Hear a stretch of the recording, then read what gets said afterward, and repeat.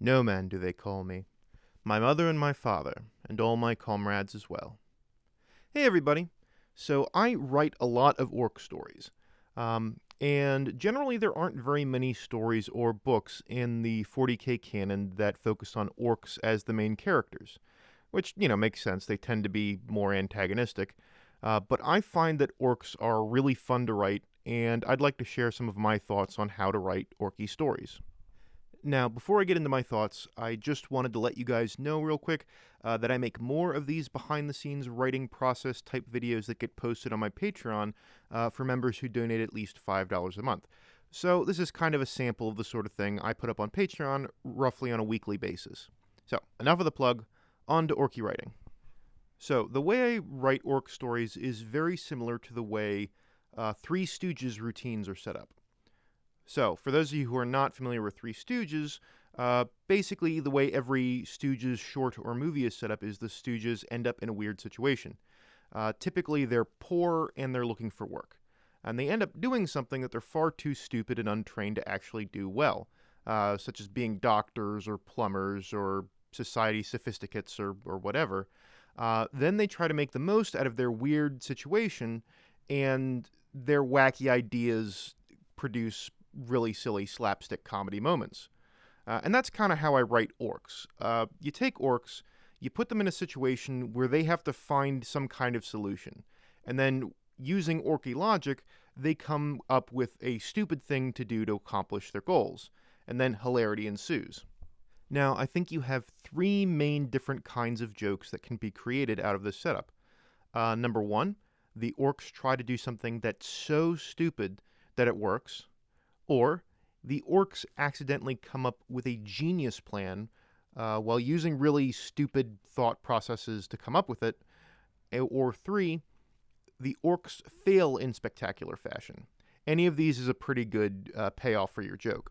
Now, all of these jokes become funnier if they incorporate the personalities of your orc characters. So when you're writing orc characters, the way they kind of work, orcs are kind of defined by their obsessions.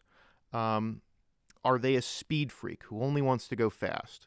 Are they a mech who really wants to bigger and crazier machines? Are they a knob that really wants to get stuck in and smash things and is really ambitious and wants to claw their way to the top? Are they a flash git who's obsessed with having the biggest, flashiest DACA? You want to come up with situations where they can do the thing they're obsessed with while having no regard for their own life or the lives of others. You also want to give them a little tweak to make them stand out from the other orcs that do the same thing they do. You don't want one mech to be just like every other mech. So maybe the speed freak has a special custom vehicle that he's constantly spending his teeth on.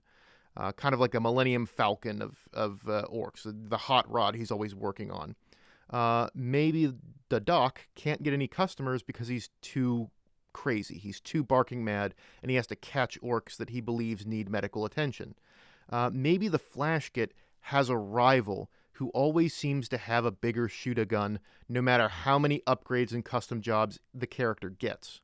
Kind of like an orky Dinkelberg.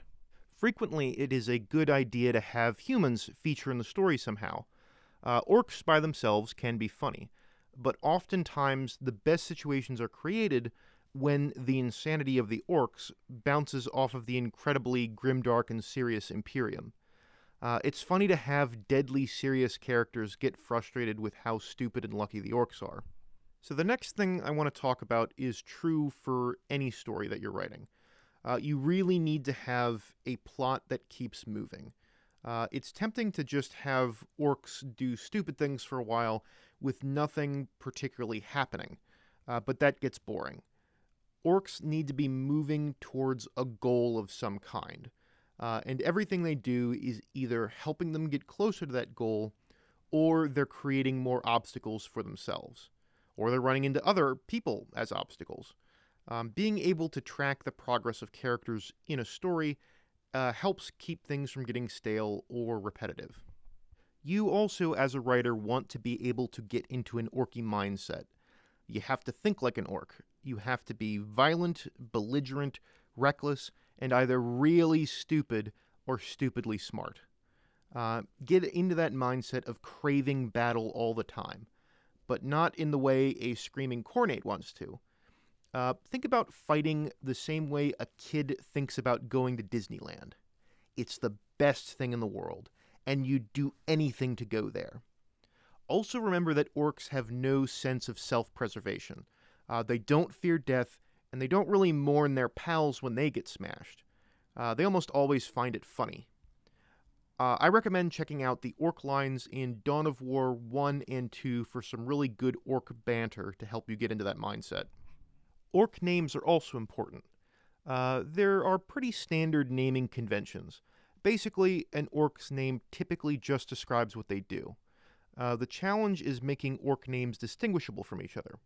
I actually have problems with this because some of my subscribers often get mixed up between Warboss Gitslaya and Warboss Gutsmangle. You want to try to keep your names fresh and different enough to capture the personality of each orc. For example, most of my subscribers remember the names of the characters from De Emperor because they're all orky versions of Imperium characters. Most of my subscribers remember Poodle, or Spoon, or Orkbot because they are unique. They have unique names that really distinguish themselves. And it's a challenge to keep your orc characters distinct, but having good names for them helps out a lot. Anyway, I hope my thoughts on Orky stories can help give you some inspiration about writing your own orc stories. And if you don't like some of my bits of advice, don't use them. Use things that work best for you. If you have your own thoughts, feel free to share them in the comment section below. But I hope you all enjoyed this, and I thank you for listening. No Man out.